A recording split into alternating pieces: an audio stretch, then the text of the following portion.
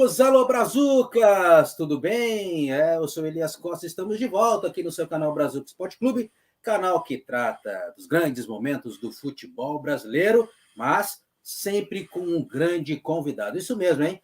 Vá lá no nosso canal Brazuca Esporte Clube, curta as nossas entrevistas, os grandes bate-papos, sempre com uma grande personalidade do futebol. Você que curte também o carnaval, os desfiles da escola de samba, toda semana também tem um bate-papo com uma grande personalidade do carnaval brasileiro.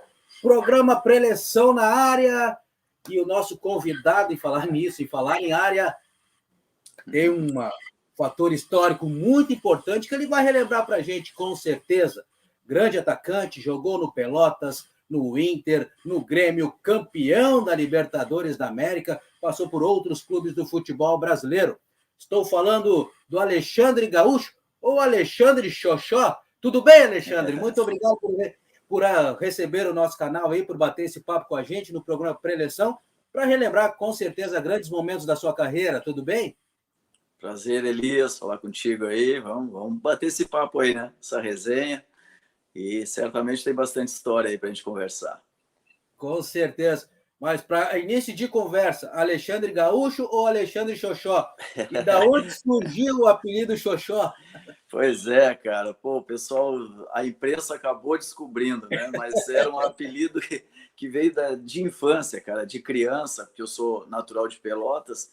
E pro interior sempre tinha aquele negócio de que para a criança aprender a caminhar, faz sossó, era sossó para aprender a caminhar, né? A minha tia que fez isso. Só que ela começou do nada a chamar de xoxózinho para lá, xoxó para cá, e vem meu xoxó e pegou. Aí levou para o futebol. Exato, só que aqui mais o pessoal acabou descobrindo, né? A empresa não tem jeito. E fora do estado era o Alexandre Gaúcho, né? Que foi mais prático, até pelo sotaque e tudo, né? Então pegou o Alexandre Gaúcho fora. Verdade. Você é natural de Pelotas, começou a carreira no Pelotas, no Lobão? Exatamente, até um caso inusitado, né? Dentro do futebol, eu digo que era Deus preparando toda a minha vida, a carreira, já na carreira, cara, porque no início eu saí de dentro do escritório para dentro do campo de futebol, com 20 anos para 21. Opa! 20 anos? 20 anos. Eu trabalhei, né, muitos anos, já desde os 16 trabalhava no escritório, e quando vê do nada apareceu o Dedé, que eu chamo até hoje pai Dedé, né, porque a existência do cara foi algo que me levou realmente para o futebol, né. Ele me viu no escritório, quis me levar para fazer um teste, aí eu fui a 2 testes, no caso, no Pelotas, com 20 anos, ele falou com o meu patrão, e eu, por ser de família muito pobre, né, cara, precisava estudar e trabalhar. E eu estudava na Escola Técnica Federal, inclusive consegui me formar, graças a Deus, mas não busquei nenhum canudo, nem precisou. E ele quis me levar para fazer um teste. Aí chegando lá, pô, tinha uma gurizada, quase 100 jogadores, meninos lá, e nada de eu entrar. E eu digo, sabe uma coisa, fui embora. Na outra semana ele fez a mesma coisa, me levou. Ele disse, tu vai treinar com os juniores, e dos juniores é o pessoal que passou no teste. Eu digo, opa, já passei uma fase, então vamos lá. Aí vi o técnico xingando a gurizada, aquela coisa, e eu com uma personalidade forte, né, cara? Sim. Peguei e fui embora de novo, cara. Aí deu um mês, acho que quase 2 meses depois, me aparece o Dedé. Alexandre, seguinte, eu vou ser o técnico dos juniores, eu vou te inscrever para o Campeonato Gaúcho, me dá a tua documentação aí, vamos lá. Aí eu perguntei para ele o porquê, né, de tanta insistência, e ele disse, tu não lembra que tu tinha 13 anos naqueles campeonatos que tinha muito para o interior, interbairros, e tu foi a destaque da competição com 13 anos. E eu digo, não, eu lembro disso. Ele, tá, mas tu não lembra que a competição era de meninos de 16, 17 anos? E é uma verdade, eu gostava sempre de jogar com os maiores, porque com aqueles da minha idade eu achava fácil, né? E eu era pequenininho. Inclusive, minha mãe me levou a médicos porque, cara, eu com 20 para 21 anos, eu pesava 61 quilos e tinha 1,72. Nossa! Né? E aí o futebol me fez desenvolver. E nisso o Dedé fez parte disso, né? E eu disse para ele, não, agora vamos ver então, né? No que dá. E aí foi questão assim de 2, 3 meses já com os juniores. Acabei me destacando rapidamente, graças a Deus. E quando vejo, já me chamaram profissional. Só que eu queria o quê? A minha intenção era me formar.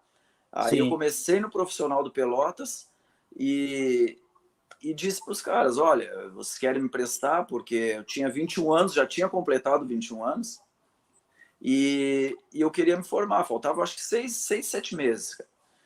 E eu com aquela intenção ainda de não estar muito pro futebol, mas tu vê que coisa louca, né? E aí os caras disseram, pô, não, nós temos que te emprestar para tu pegar experiência, porque eu era reserva de um cara de 37 anos, que ele ser experiente e eu novo demais, olha que coisa louca. Aí fui Sim. emprestado para São Paulo de Rio Grande, cara. Eu morava embaixo da arquibancada ali, passei o rio, o osso, né? E saía todos os dias 5 horas do treino, pegava um ônibus até Pelotas, estudava até 10h30 por aí, e voltava para poder treinar o dia inteiro. Isso aí foram por 3 meses assim, né? E consegui me formar. Aí em seguida, logo que me formei, pintou para ir para o Goiás. Isso já era 92, né? 92. Exatamente. Aí fui para o Goiás, joguei o brasileiro, já voltei. Aí fui destaque na competição de 93 no Pelotas, né? Onde fomos campeão do interior. E ali já começou a chamar a atenção de técnicos, né? E aí é uma outra história. Esse é só o É início. uma outra história, verdade. Olha só, com 20 anos de idade, trabalhando, praticamente mudou a vida, partiu para o futebol para seguir uma carreira vitoriosa. Que loucura. Isso hoje é raro, né? Começar a Hoje. carreira com 20 anos, né? Ah, não, hoje é muito difícil, né? Eu até tive um contato com o Branco, que o Branco é meu amigo, né? O presidente CBF lá da base. Sim, E eu como falei para o Branco, eu digo, Branco, ó, assim como tem a dificuldade do jogador com 20 anos hoje em dia iniciar, que é muito raro, que é muito difícil, tu é o cara que deu o início para a gente poder recuperar jogadores, porque como o futebol hoje em dia está tão precoce, que aqueles meninos ali com 16, 17 anos, 15, já estão se encaminhando para o profissional, muitos jogadores se perdem no caminho por vaidade, por muitas vezes até própria família que atrapalha um pouco, né? Pai, mãe, tudo que é que o jogo, pai principalmente, né? Que todo jogador, menino seja jogador, né?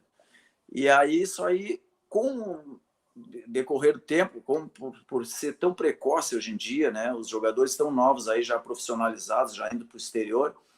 Isso aí, muitos se perderam no caminho devido a essas características, essas coisas que eu te falei.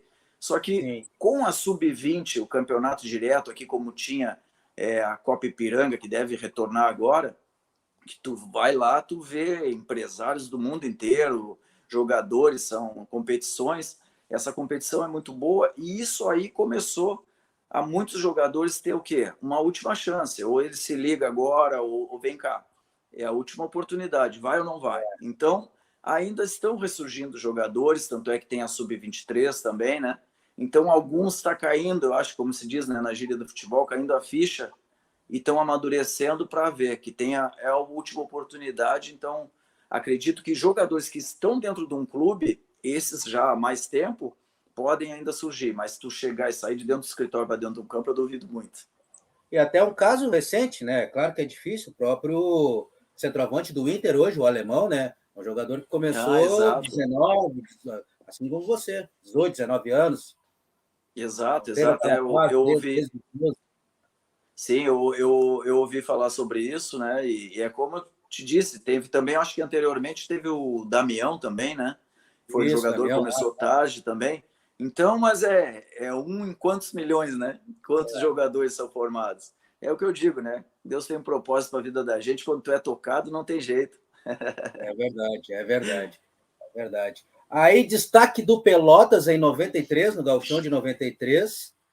Aí surgiu a oportunidade de morar em Porto Alegre e ir para o Internacional, 1994, isso. Como é que foi essa Exatamente, transição cara. de começar a carreira aos 20 anos, se destacar rapidamente e já jogar nos grandes do futebol brasileiro e do Rio Grande do Sul? Exato. Em 93, quando comecei a me destacar no Campeonato Gaúcho, como te disse, onde fomos campeão do interior, o Pelotas. O Filipão, ele já chamava a atenção de que tinha um jogador assim no Pelotas para trazer para o Grêmio. Só que o Falcão se antecipou. Em setembro, outubro de 93, o Falcão pediu minha contratação. E aí foi lá no Pelotas e me contratou para o ano todo, o final de 93 até o fim de 94. Você foi contratado no segundo semestre, aquela leva de contratações que o Inter fez no segundo semestre. Isso. Até porque tinha ia ter depois aquele gauchão que foi interminável, né? Interminável. E em 93 eu cheguei para ir justamente para o brasileiro e tal. Tava aquela troca de jogadores e várias contratações. Só que eu cheguei machucado, cara, devido a um lance que o pessoal dizia assim, pô, faltava pouco para eu ir para o Inter. E tinha um clássico Brapel. Pô, quem é pelotense sabe o quanto a importância desse clássico Brapel, né, cara? Aí eu fui para o clássico e tomei um tostão depois de driblar entre dois jogadores e me criou, na hora de estender o músculo do chute na coxa esquerda ainda. E o médico, para me apressar para fazer o tratamento, eu saí do jogo, não tive mais condições de jogar, para me apressar, para eu poder me apresentar, fez um calor, cara, ao invés de fazer gelo, e tinha um coágulo de sangue por baixo, aquilo ali quase já encerrou minha carreira no início, porque rompeu 6 centímetros no músculo. Imagina, em 93, que hoje não tinha essa tecnologia que é hoje, né? Imagina só, cheguei no Inter, tocava na bola, parecia que rasgava a perna. Aí, quando assinei o contrato e tal, aí o pessoal disse, pô, vamos ter que devolver que ele veio bichado. Era o papo que rolava na época, né? Bichado. Aí o Falcão, que eu digo aí, tem o pai Falcão, né? Chegou e disse assim, olha, não, eu pedi o jogador, eu sei que ele vai me dar retorno, ainda olhou para mim e disse, vai me dar retorno, né? Pô, cara, o quê? E ele disse, tratem o jogador que eu quero o jogador. Aí fiquei de setembro a dezembro praticamente só tratando, e voltei em 94 correndo por mim e por ele, né? Em 94. Exato. Aí que teve aquele gauchão, o interminável gauchão, né? Pontos corridos, que nós chegamos a abrir quase 15 pontos do segundo colocado, do Grêmio também, que era o terceiro colocado, e ali fomos campeões, né? E o Falcão foi quem começou a me puxar como um 10. Ele viu essa característica em mim, porque eu era aquele ponto esquerda nato, né? De driblar e cruzar. Aí depois que eu comecei a ver que estava todo mundo vibrando lá para fazer gol, eu digo, eu vou começar a chutar pro gol também, que tá dando. E o Falcão é o que eu digo, foi um cara sensacional nesse início de carreira aí, e começou a me puxar como esse quarto homem de meio, tanto é que quando ele foi embora, ele saiu na metade do ano que ele ia para o exterior, ele ainda olhou para os diretores e falou, vamos ver se eles vão te colocar com a 10 ou a 11, agora vamos definir aí. Então, tenho que agradecer muito a ele por essa força e o quanto ele confiou em mim em 94 no Inter. Bela história, até não sabia dessa importância do Falcão aí na sua carreira. Bastidores, viu? Boa, não sabia. A primeira passagem dele pelo Internacional em 93, fez um belo trabalho, depois que ele saiu do Inter para ir para a seleção do Japão, se eu não me engano, ou do México. Isso, mas foi lá do meio, foi no meio do ano, se eu não me engano. Do ano, isso, exatamente. Isso, já tinha preparado o time já estava embalado já no Campeonato Gaúcho. Isso aí, aí depois a conquista do gauchão do Interminável, até para lembrar os nossos amigos, né? O Campeonato Gaúcho começou em janeiro, no início da temporada, e terminou no final da temporada mesmo, em dezembro. Exatamente, foi longo. Até o Campeonato Brasileiro já ainda tinha o gauchão. Emendou tudo, terminava tudo que era campeonato, mas o gauchão não terminava. É verdade. Mas aquele time, claro, você pegou esse momento de transição no Beira-Rio, né? O time de 93 teve aquela leva de contratações, como nós destacamos, com você, Bobô, Vladimir, Adilson, que depois você jogaria junto com você no Grêmio. E depois, em 94, praticamente mudou quase todo o elenco, né? Praticamente trocou todo, né? Depois chegou vários outros jogadores, inclusive foi quando começou a surgir Argel e Caico, né? Aqueles guris que estavam se destacando e realmente houve pegando essa gurizada que estava iniciando e com aqueles jogadores tipo Paulinho McLaren, o Mazinho Oliveira, que veio do Bayern de Munique, né? Sim. Tinha o Mazinho Loyola, o Elson, né, que era um baita volante, o cara, para mim, que volante era aquele. Era difícil jogar contra ele, cara. Tu driblava ele quando tu pensava que ia passar, ele vinha com aquele pernão dele e puxava a bola. Né? Tinha Daniel Frasson, o Sérgio era o goleiro, depois começou o André a entrar. Tinha o Daniel na lateral esquerda e o Admilson, que veio do Corinthians, na lateral direita, Mazinho Loyola, que aí começou a entrar o Kaique no lugar dele, né? E eu fazendo aquele quarto homem de meio ali. Tanto é que contra a seleção da Nigéria, no torneio 25 anos do Beira-Rio, nós fomos campeões, né? Isso, verdade. Que teve até um gol que eu digo que tinha que ter placa no estádio lá. Os 4 gols contra a seleção da Nigéria foram bonitos, mas o quarto gol, que o Kaique mete de letra por cima da zaga e eu pego de bate-pronto, que ela chega a bater naquela rede e sair. Foi uma pancada, foi um gol muito bonito, mas devido à jogada toda. Maravilha. E como é que é você, no Internacional, campeão gaúcho, trocar o Beira-Rio pelo Olímpico? Cara, é uma coisa que eu digo que é uma coisa que é difícil, né? Porque um jogador sair do Inter para ir para um Grêmio, o que aconteceu? Chegando no finalzinho do campeonato, como nós já éramos campeões, o meu empréstimo terminou. E aí o Inter tinha que comprar o passe, né? Isso já era novembro, por ali, dezembro quase. O Inter tinha que comprar o passe, mas não tinha dinheiro na época para comprar. E aí eu voltei e pedi eu quero renovem lá, né? E eu notei que o Pelotas disse, não, eles não têm dinheiro para pagar, tu não vai voltar. Eu digo, mas gente, falta pouquinho, faltava menos de um mês, né? Já faz pro ano que vem. Então, aí quando o Pelotas não quis mais emprestar, eu estranhei, porque eu queria voltar pro Inter. Aí em seguida, pintou a proposta do Grêmio e me compraram no final do ano. Em 95 eu já me apresentei no Grêmio.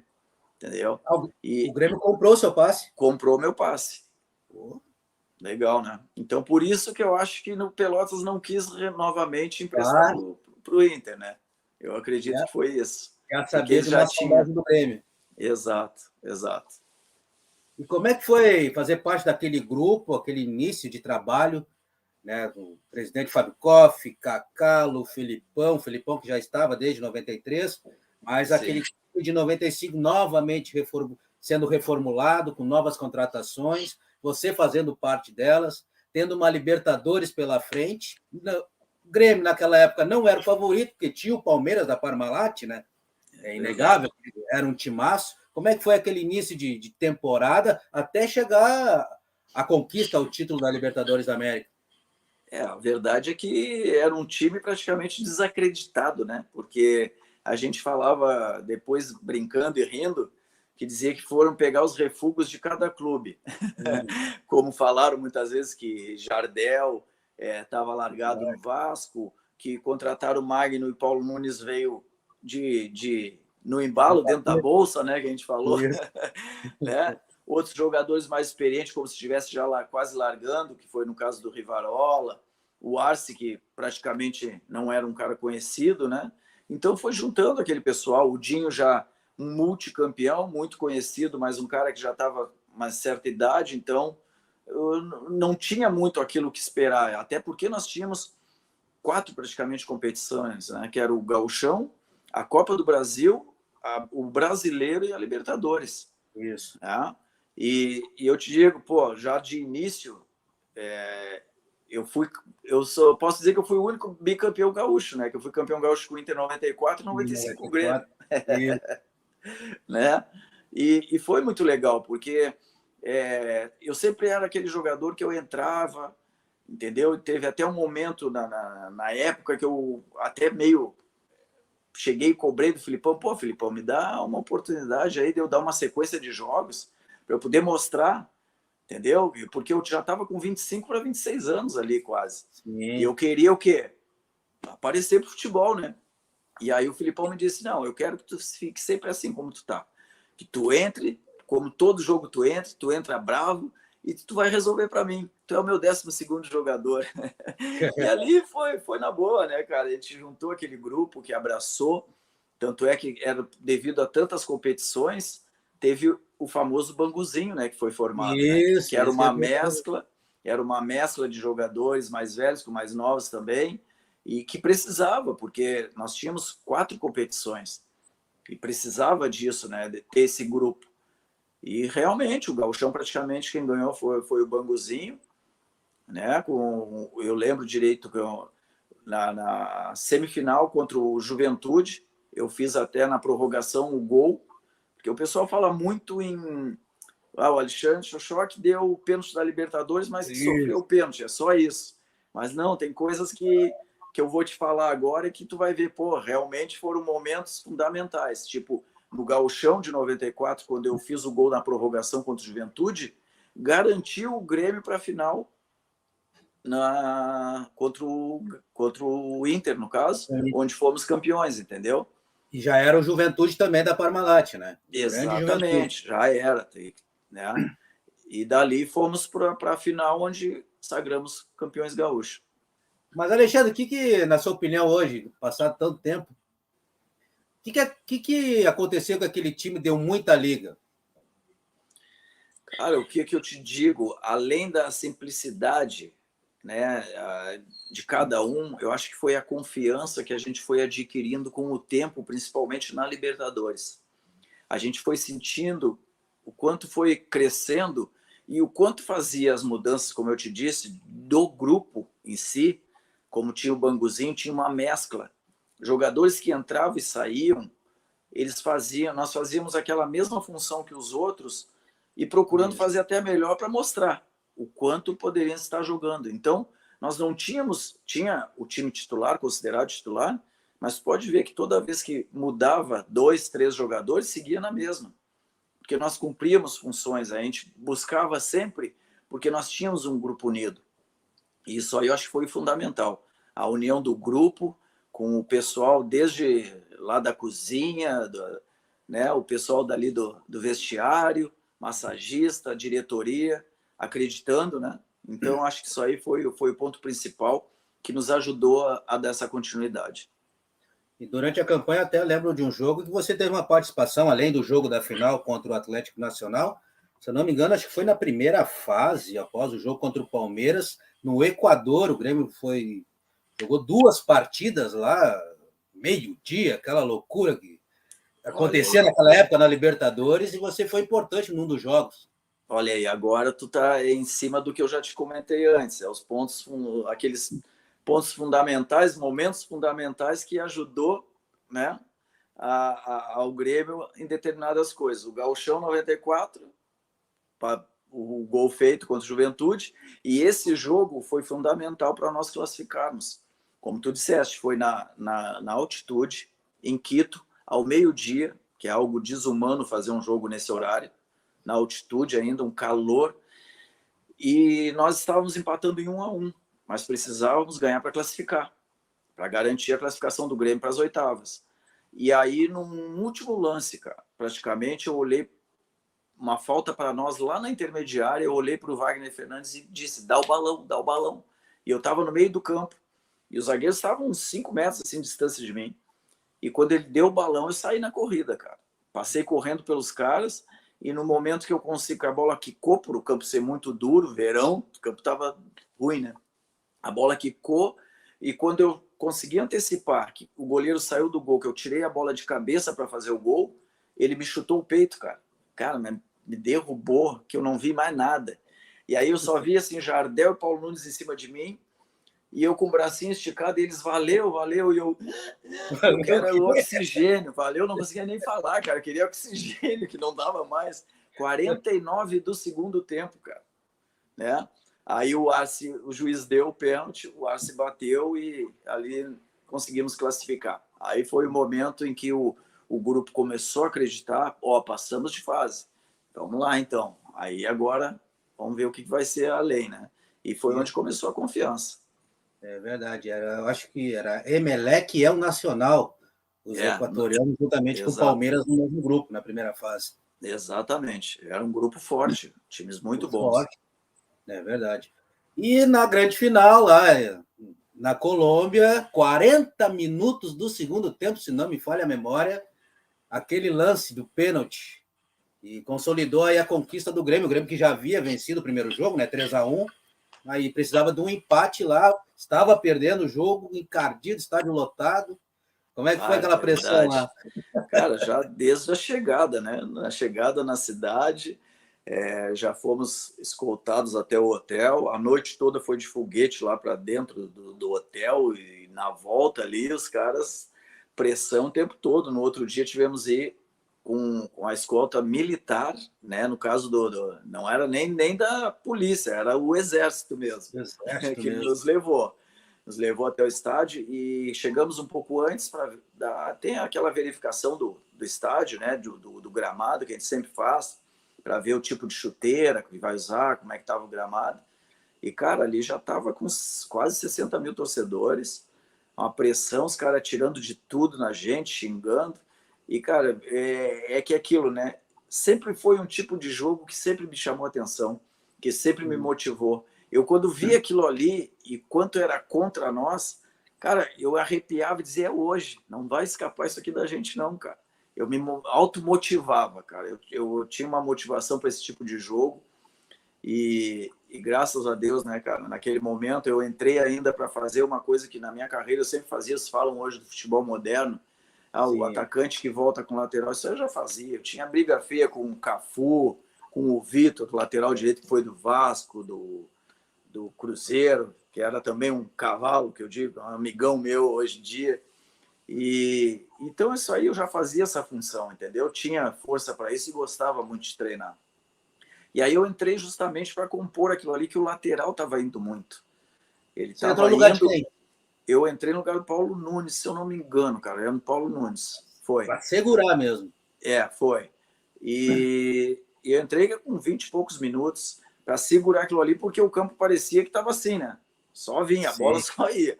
Qualquer momento poderia sair um gol dos caras, aí já ia complicar para a gente, né?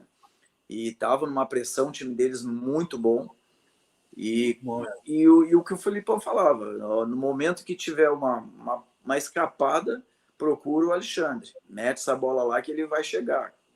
E aí foi nesse momento que uma bola dividida no meio, o Nildo foi e dividiu com o volante deles, deu um balão para cima, nisso eu já estou do meio campo, saí correndo, distribuindo tapa e cotovelaço no adversário, ele também em mim, né? E a gente foi até quase a entrada da área assim.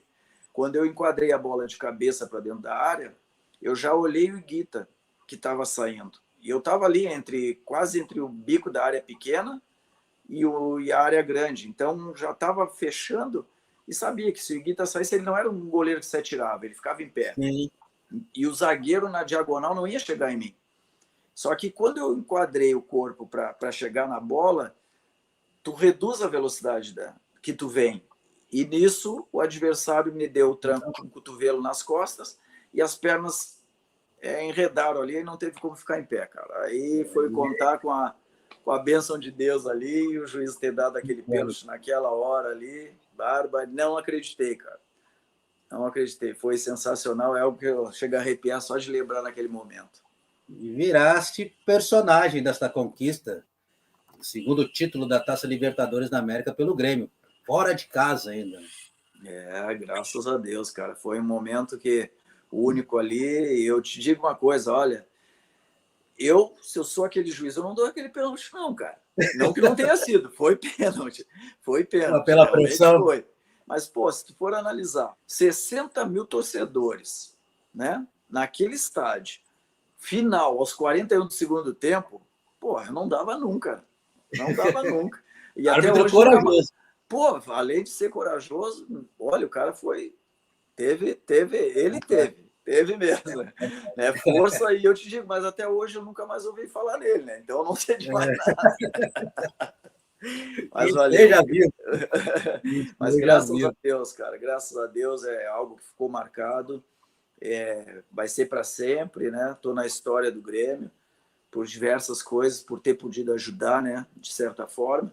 E todo mundo, muitas vezes, encontro torcedores, o pessoal vem e diz, pô, o cara que nos deu o título da Libertadores. Pô, é um carinho, é algo que eu vou levar para a vida inteira. Então, é sensacional isso.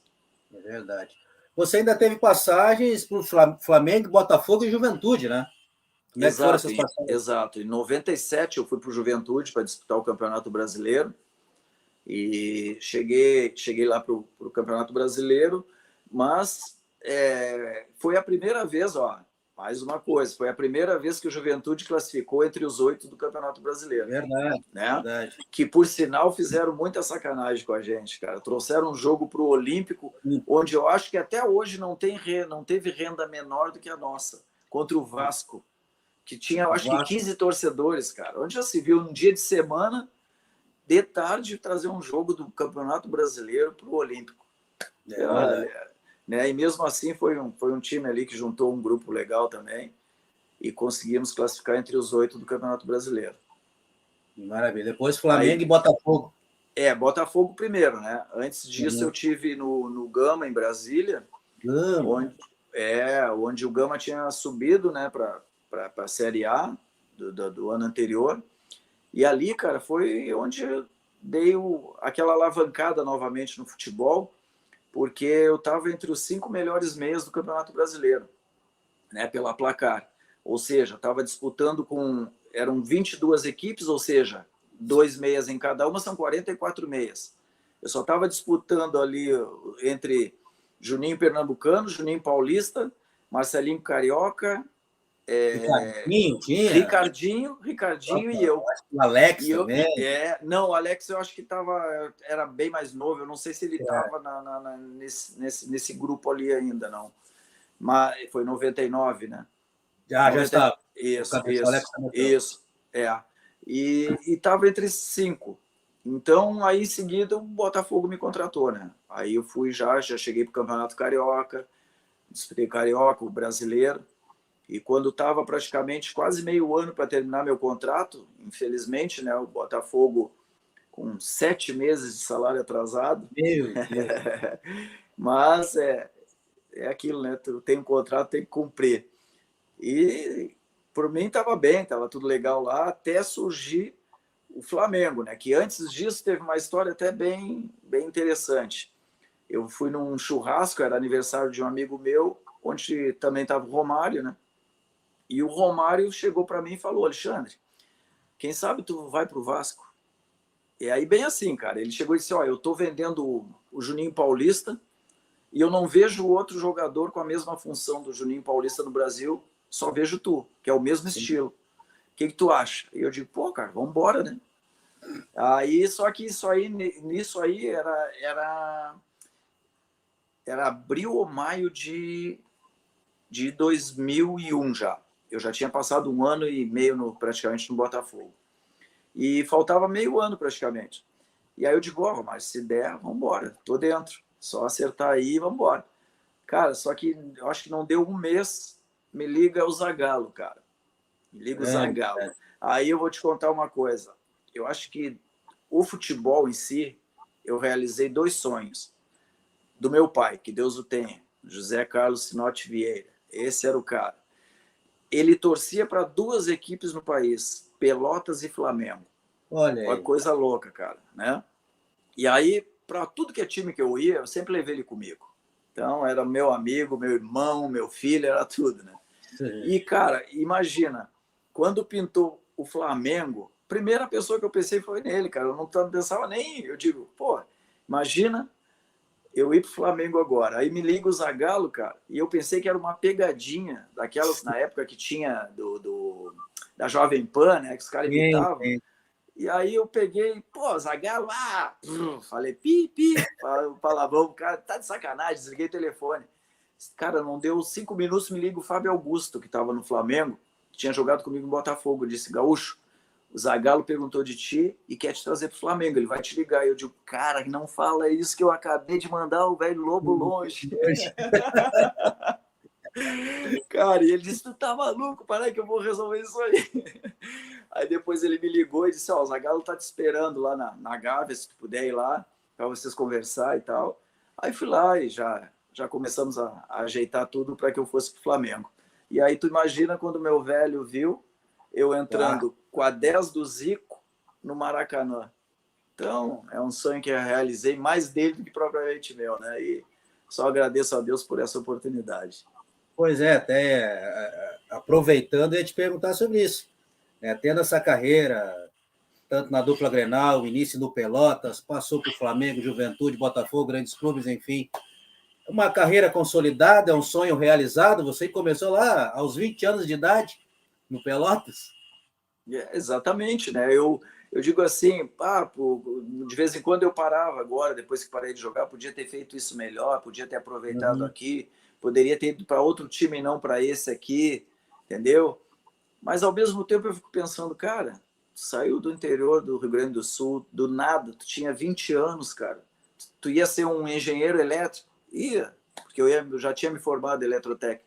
Do nada tu vai para dentro de um campo sem expressão alguma, e quando eu estava no Pelotas, que eu fui emprestado para o São Paulo de Rio Grande, eu já pensava assim, agora termino a faculdade, não vou nem seguir como profissional, vou pegar e vou fazer engenharia. Eu falava assim, cara, entendeu?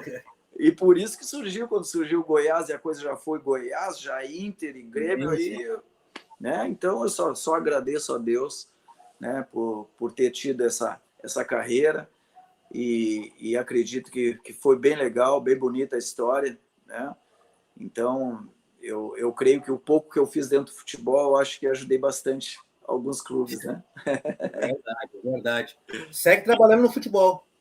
Exato, cara. Eu agora estou na área como empresário de futebol, né? Tentei me afastar, mas não teve jeito. A coisa vem, é pessoal pedindo jogador, né? Oferecendo jogador, e eu agora fiz uma parceria com um grande amigo meu de mais de 20 anos, Vanderlei Nogueira, que tem a BCFV Esportes, que é lá no Rio, e lá nós temos o quê? Um projeto social de gurizada entre 17 e 20 anos, onde a gente procura o quê? Eu passei agora 19 dias, inclusive, lá, Sim. e o que acontece? A gente tira muitas vezes essa gurizada de dentro de uma favela, não que ali seja um ambiente sujo, não, pelo contrário. Ali tu encontra muito guri bom, só que se deixar eles ali dentro, muitas vezes se perdem, devido a Isso. tráfico, aquela coisa toda. E a gente tenta trazer, acima de tudo, essa essência para cá, né? Poder formar homens, atletas, né? Que hoje eu acho que a gente precisa muito disso. Então a gente lida tanto com o lado do jogador, o lado familiar, o lado espiritual. Então a gente procura trabalhar muito isso, essa essência, para trazer um pouco do jogador raiz, né, cara? Eu acho que é importante hoje em dia no futebol. E tá bem legal esse projeto, tem poucos meses, 5 meses. E também fui lá também justamente para isso, para visitar os clubes onde joguei, Botafogo, Flamengo, portas abertas, com a graça de Deus. Quando cheguei, Bom. bati lá na Gávea, tipo na Gávea, os caras, pô, Alexandre Gaúcho, vem cá. Aí fiquei lá um dia com o Moser, das 9 da manhã até 4:30 da tarde, não deixava sair, a resenha rolando, né? E então tem todo esse projeto que é sendo feito, e também com a própria empresa, né, que é a ABC FV Esportes, que a gente também encaminha jogadores dessa base para clubes, como já tem aqui no Grêmio, né, jogadores de 17 anos que vieram para cá, volantes, encaminha jogadores também, como foi para o Ceará, para Portugal. Então, fazendo todo esse meio aí, tentando ajudá-los, nos ajudar também, né? E poder Claro. fazer, que Deus esteja usando a gente como instrumento, né, para poder realizar sonhos desses guris. E ajudar o futebol brasileiro, né? Revelando talentos. Exatamente, né? Já como dizia um amigo meu, jogador de futebol tem o olhar em 3D, então é um pouco diferente. É verdade, é verdade. E, claro, não poderia deixar de perguntar do momento da dupla Grenal que você está achando aí do Inter, com o Mano Menezes, bela campanha no Campeonato Brasileiro, e o Grêmio lá, as turras na Série B, contando aí as rodadas para voltar para a Série A. Rapaz, está complicado, né? A gente sempre vê aquela gangorra, já não tinha muito, aí agora voltou novamente, né?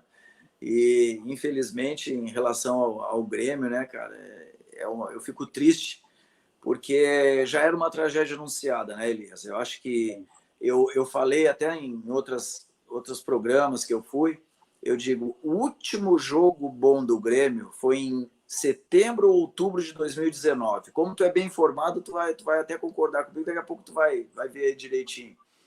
Quando o Grêmio jogou uma partida, foi a última partida boa do Grêmio no Brasileiro.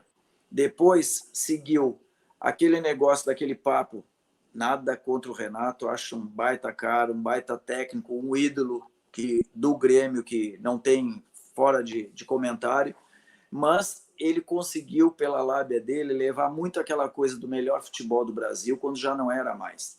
Quando deu de 2016 a 2019, que deu todo aquelas vitórias, os títulos que conquistou, já tem que ter a troca. Então, quando começou a coisa a desandar um pouquinho, e início já de 2020, tu via que o Grêmio já não estava bem, né? Já foi um campeonato gaúcho que ganhou de uma forma meio aos trancos e barrancos, que infelizmente os times do interior nosso não por falta de investimento, né, cara, por falta de grana, dificulta bastante. Então eu acredito que em 2020 já tinha que ter trocado, já feito uma reformulação, tanto por parte de técnica como por parte de jogadores. Então já foi esse problema. Eu acredito, tá, que se tivesse ficado o Renato, teria caído do mesmo jeito. A prova está que ele voltou. E o que mudou? Não mudou nada. O time continua, vai subir? Claro que vai, não tem, porque os outros times conseguem ser piores, já subiu isso aí, não tem erro. Mas tem que pensar, eu já ouço falar muitas vezes de que estão dizendo que vão contratar mais alguns jogadores porque outros já têm contrato. Não, olha que a reformulação tem que ser grande. Não pensem assim que vai se complicar novamente, né? E como eu quero ver os dois times bem, porque eu pude jogar nos dois, então eu torço para que as diretorias, né? O do Inter está bem encaminhado, né, Elias? Tá bem, porque o time se achou.